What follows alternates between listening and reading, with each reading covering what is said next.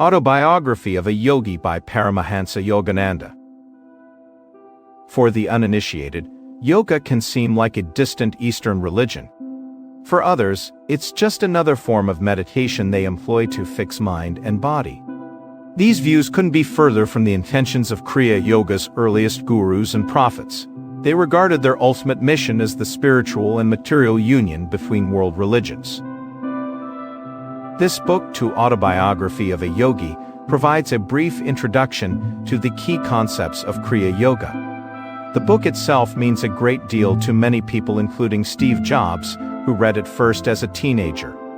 He liked it so much that he read it every year after that. He had it on his iPad and ordered 500 copies for guests at his funeral. Let's go back to the early days of the 20th century for a moment and meet Paramahansa Yogananda, whose parents named him Mukunda Lal Ghosh. He's a kid from Gorakhpur, India, with an unrestrained passion for the divine and a deep yearning for a pilgrimage to the Himalayas.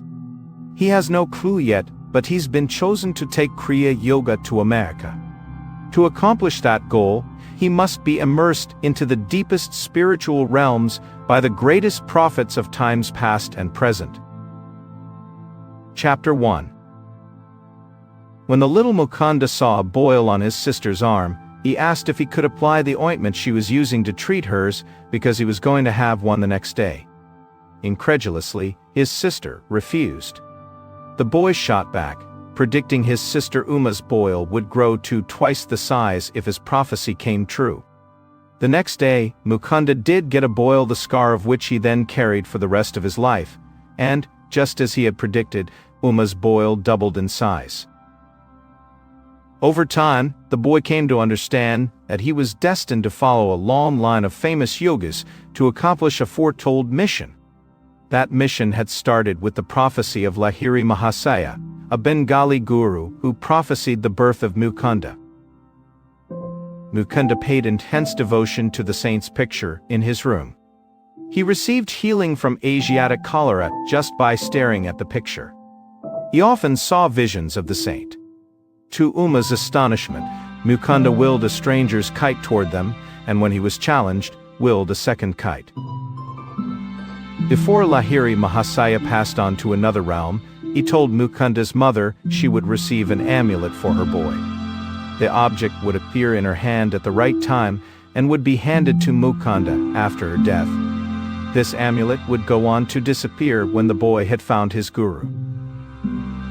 Hindu society in 1893, when Yogananda was born, was profoundly attached to the idea of an intimate believer-guru discipleship. Mukunda embraced this ideal with relentless passion, often running away from home to find his guru, or seek the enlightenment and union with God that resided in the sacred expanses of the Himalayas. Somehow, he never made it. The invisible forces knew it wasn't time. His father, an Indian railway administrator who slept with his wife once a year for the purpose of procreation, wondered and worried about his boy. Yet keenly aware of the Mukunda's devotion, indulged him. Before Mukunda's mother died, she gave the amulet to her older son Ananta, who passed it on to Mukunda. The boy had come into possession of the amulet that would lead him to his guru and his yogic destiny. Chapter 2. Mukunda guarded his amulet jealously in a safe box. He'd open the box, admire the talisman, and then relock the box. One day, he went into his room at the ashram where he was staying and discovered that his prized possession had vanished. Sad and disillusioned, he searched around the ashram in disbelief. Still searching, he was summoned and sent on an errand. Out on the streets, he felt a magnetic force draw him toward an angelic presence, the sublime aura of his guru Sri Yukteswar Giri. They'd never met, but they instantly connected. Gurudeva. Luminous Guru, the overjoyed Mukunda said in reverence. The overjoyed pilgrim felt an instant attraction toward his guru, and his guru promised him everlasting devotion, bequeathing his service and his possessions to the boy he'd just met but had always known in the realms of astral interactions. That meeting started over a decade of discipleship, and mentoring from Mukunda under Swami Sri Yukteswar. He taught the young Yogananda not only the value of personal union with God through the practice of Kriya Yoga, but also the practical usefulness of what the great teacher qualified as the human drama. Sri Yukteswar healed sick men but let doctors carry on with their work. He was an embodiment of the Hindu scriptures, but insisted on finding true meaning from within through meditation. Sri Yukteswar defied tradition by organizing and feeding people at his mother's funeral, an act not permitted for priests or Brahmins like him. For such a venerated figure, the saint would watch in resignation as his own mother scolded him. The human drama must go on.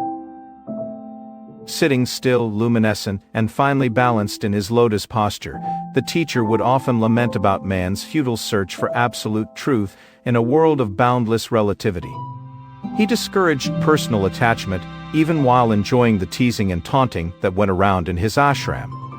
Maya, or worldly distractions, he said, lured man to sin and banishment from God. The practice of Kriya Yoga for Hindus, Christians, Muslims, and anyone who acknowledged the supreme power of the one and omnipresent God was the best way to re-establish that fellowship. So the responsibility of the yogi is to help man in this world or other worlds start the journey toward repentance and the forgiveness of sins or karma, either through personal renunciation or intercession by a guru. It's incumbent upon the seeker to achieve self-mastery, overcome the ego, and lose themselves so that they might fuse into union with infinite divinity. Progress comes through fervent devotion until the physical, mental, and emotional consciousness of the believer is ready for samadhi, a superconscious baptism of all-perspective vision and all-encompassing experience. Samadhi happens in stages until you experience pure, unadulterated bliss. To put it simply, samadhi will make you see in every direction, experience everything, drop in and out of this world, feel the divine presence of God, be here and everywhere. Followers need to be led into this state, but a true master can summon samadhi at will. Chapter 3. Born with an unrelenting desire to make contact with God, Yogananda grew impatient many times during his education at the ashram of Sri Yukteswar.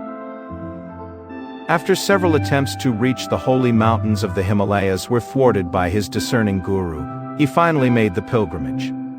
There he saw a vision of the future headquarters of the Self-Realization Fellowship on Mount Washington in Los Angeles. The monk who emerged after years of meditative and contemplative discipleship could easily receive and transmit telepathic messages with his peers among the living and other worlds beyond. He'd also understood man's oneness with nature, animate or inanimate, as consisting of the same life particles, hence, the ability of a self-realized master to penetrate walls, understand plants, communicate with animals, commission two bodies to work in different places at the same time, and materialize living cells to restore failing organs. The yogi could also look into the future and prophecy. But above all these things was samadhi, bliss, through union with God. Sri Yukteswar performed the final rites of initiation and gave Mukunda the rare honor of choosing his own yogi name. He chose Yogananda, meaning bliss through union with the Divine Spirit. Distracted by his passion for all things spiritual, Yogananda had been a passive student who only made the grades through inexplicable interventions. His teachers were always scratching their heads, asking how he'd done it. During his final year at Calcutta University, the yogi simply flung his books and they opened two passages that appeared in the finals. In another fascinating account, the base mark was lowered when he floundered. In one of his papers he was asked to write about someone he admired, and he aced it with a narrative of his beloved guru. His spiritual and intellectual mind sufficiently stimulated, the young yogi Paramahansa Yogananda was ripe for his mission to bridge East and West. Chapter 4.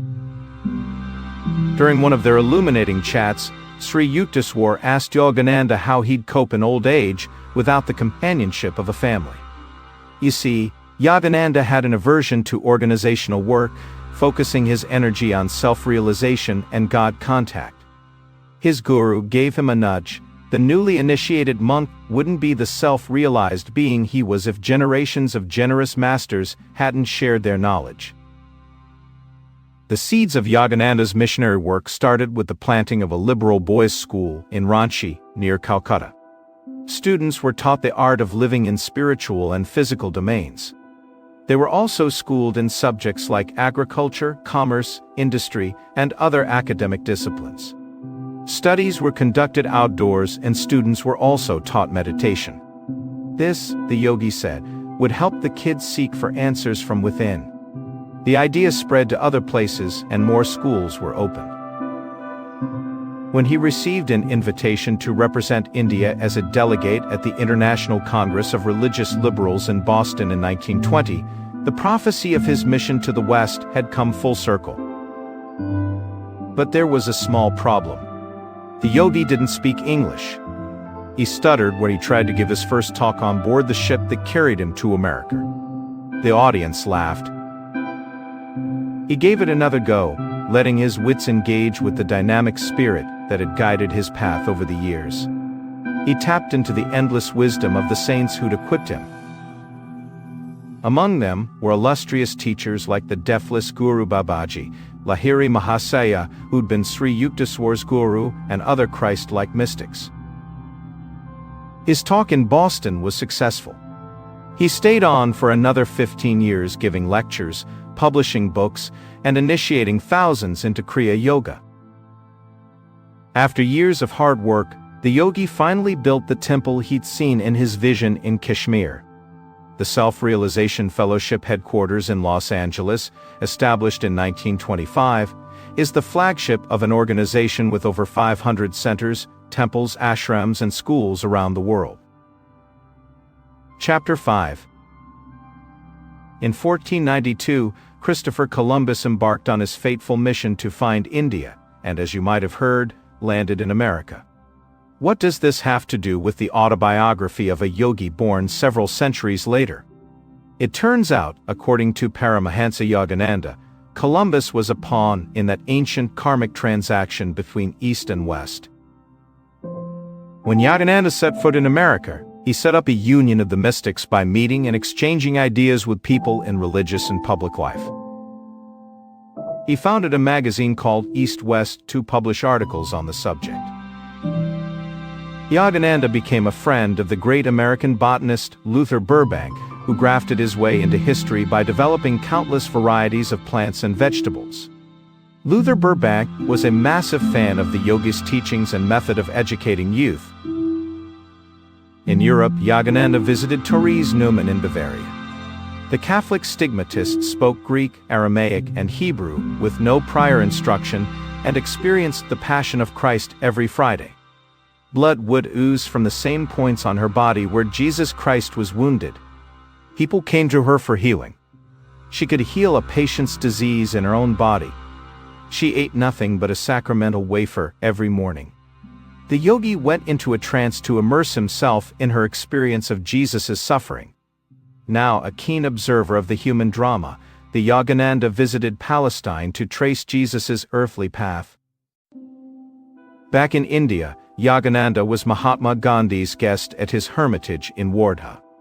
He initiated Gandhi into Kriya Yoga and had long conversations with the civil rights activist. Reflecting on India's caste system, Yogananda argued that the system was introduced to make a perfect society, with each person working to their natural ability as a laborer, tradesperson, administrator, warrior, or spiritual leader. The system became rigged when these advantages were passed on at birth and inheritance. When Yogananda returned to America in 1938, he was pleasantly surprised to see his followers had secretly built another beautiful Pacific ashram at Encinitas, a coastline that looks out to the east. Conclusion.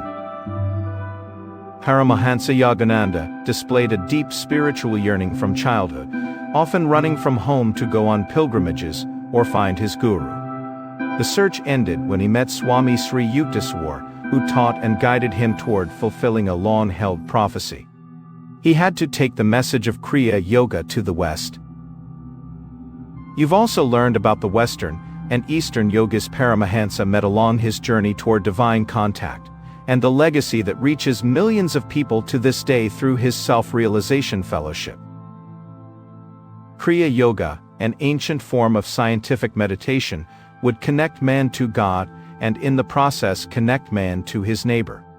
On the grand scale, it would bring together peoples of different faiths under one fellowship,